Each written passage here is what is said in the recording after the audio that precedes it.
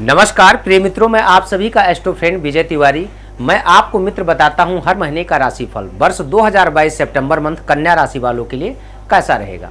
कन्या राशि जो बुध की राशि है, सेकंड राशि, यानी राशि परिवर्तन के अनुसार कुछ खास बड़े ग्रहों का आपके राशि के अनुसार परिवर्तन हो रहा है।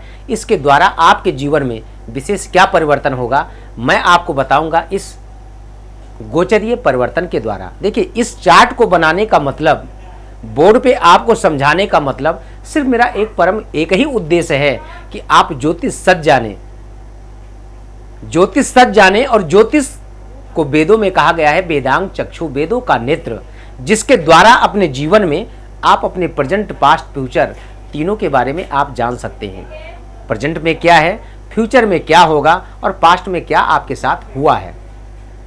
इसलिए हम आपको एक एक चीजें बताऊंगा, लेकिन उससे पहले मैं कहूंगा, अगर आपके मन में भी कोई प्रश्न है, कोई सवाल है, तो आप जो स्क्रीन पे नंबर दिया जा रहा, इस नंबर के माध्यम से आप मुझे संपर्क कर सकते हैं, मुझसे बात कर सकते हैं। अपने जीवन से रिलेटिव समस्याओं का आप संपूर्ण समाधान आप मेरे द्वारा प्राप्त कर सकते हैं। मंथ में कुछ ऐसे तारीखें होती हैं जिन तारीखों में आपके कोई भी अच्छे कार्य बनने के योग्य नहीं बनते। उन तारीखों में कार्य क्यों नहीं बनते, उसका सबसे बड़ा कारण होता है मित्र, चंद्रमा का अशुभ स्थान पे गोचर करना। चंद्रमा क्या है, मन और मस्तिष्क का कारक है। चंद्रमा कभी भी अगर अशुभ स्थान पे आपकी राशि से गोचर करता है तो उस डेट में आपका कोई भी कार्य नहीं बन पाता। तो वो तारीखें भी मैं आपको बताना चाहता हूँ। जिन तारीखों में अगर कोई महत्वपूर्ण निर्णय लेने वाले हैं, महत्वपूर्ण कार्य करने वाले हैं, तो उन डेट को आप अवॉइड करें, या उन तारीखों में अगर कार्य करने के लिए आप प्रयास करते हैं तो सोच विचार करके ही आप अहम निर्णय लें। महत्वपूर्ण निर्णय तभी लें जब आप अपने आप से पूर्णतया सेटिस्फाई हों। वो तारीखें कौन सी है मैं आपको बता देता हूं, आप चाहें तो पेन कॉपी लेकर के नोट कर लीजिए। तारीखें हैं 5, 6, 13, 14, 23 और 24 तारीख। 5, 6, 13, 14, 23 और 24 तारीखें आपके इस मंथ में बहुत शुभ नहीं हैं। अगर इन तारीखों में कोई अहम निर्णय आप लेने वाले हैं तो मेरे मित्र थोड़ा सा सोच विचार करके ही आप निर्णय लें, जो आपके लिए हितकर होगा। देखिए, आपके पत्रिका के अनुसार बुध का स्वग्रही होना आपके लिए काफी अच्छा है। कभी भी कोई भी ग्रह अगर अपने ही घर में रहता है तो हमेशा अपने घर का हर व्यक्ति अच्छा ही करता है, यानी आपको अच्छा लाभ मिलेगा। बुद्धि के द्वारा अपने जीवन में आप बहुत कुछ प्राप्त कर सकते हैं। काफी दिनों से अगर कोई भी कार्य आपका रुका हुआ है, वो कार्य आपका बनता हुआ दिखाई दे रहा। लेकिन एक चीज का विशेष करके आप ध्यान दें कि आपके पत्रिका के अकॉर्डिंग, आपके राशि के अकॉर्डिंग अगर आपके जीवन में कंफ्यूजन की स्थिति बनी रहती है तो कंफ्यूजन को खत्म करने का प्रयास करें। अपने मन और मस्तिष्क को एकाग्रचित्त करके अपने कार्य क्षेत्र पर ध्यान देंगे, बहुत अच्छा लाभ मिलेगा। धन और वाणी भाव की बात करूं, धन आपके जीवन में काफी अच्छा आगमन मुझे दिखाई दे रहा। लेकिन एक चीज कन्फर्म है, कट सत्य है कि अपने वाणी के द्वारा आप नुकसान कर बैठेंगे। तो अपने वाणी पे आप कंट्रोल करें। हो सके तो पर डे, नहीं तो बृहस्पतिवार को तो नियम बना ले कि इस मंथ में हमको अपने वाणी भाव पे थोड़ा सा केसर लगाने की आवश्यकता है, बहुत अच्छा आपको लाभ मिलेगा। पराक्रम स्थान की बात करूं तो पराक्रमेश आपकी पत्रिका में मंगल है, जो भाग्य स्थान पे बैठा हुआ है, काफी अच्छा आपको फायदा देगा। संघर्ष आपके कम होंगे। जो जीवन में बहुत ज़्यादा संघर्ष था उसमें आपको संघर्ष कम करना पड़ेगा, सफलता आपको अच्छी मिलेगी। सुख स्थान की बात करूं तो गुरु आपकी पत्रिका में केंद्र में ही बैठा हुआ है। केंद्र का स्वामी केंद्र में होना अति शुभ माना जाता है। यानी आप अगर भूमि, भवन, वाहन इत्यादि से रिलेटिव अगर कोई प्लान कर रहे हैं, कोई मांगलिक कार्यक्रम करवाना चाहते हैं, विचार कर रहे हैं, तो ये कार्य आपके महत्वपूर्ण होते हुए मुझे दिखाई दे रहे हैं।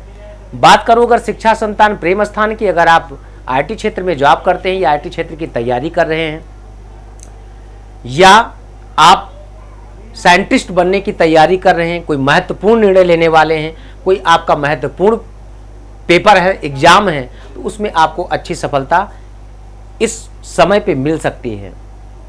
लेकिन एक चीज का विशेष, क्योंकि शनि का रेट्रोग्रेड होना, थोड़ा सा शनि की उल्टी चाल होगी।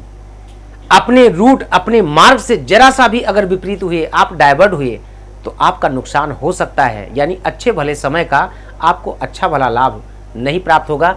इसलिए अपने मन मस्तिष्क को आप एकाग्रचित करके अपने कर्म पे ध्यान दें, आपको अच्छा लाभ मिलेगा। बात करूं अगर आपके प्रेम प्रसंग की या संतान भाव की, संतान का योग अगर नहीं बना है तो ये समय आपका अनुकूल है।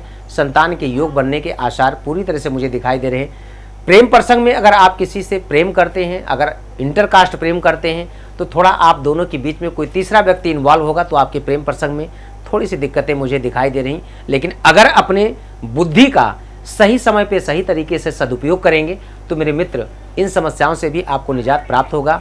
शादी की चर्चा अगर चल रही है तो आपके रिश्ते फाइनल हो सकते हैं। बात करूं अगर आपके रोग ऋण शत्रु के स्थान की, तो अगर फाइनेंस के सेक्टर में अगर आप जॉब करते हैं अच्छा कार्य होगा।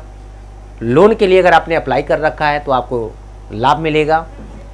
शत्रु अगर आपके बहुत ज़्यादा आपके ऊपर हावी हो रहे थे तो प्रेजेंट टाइम में शांत होंगे, आपको लाभ मिलेगा।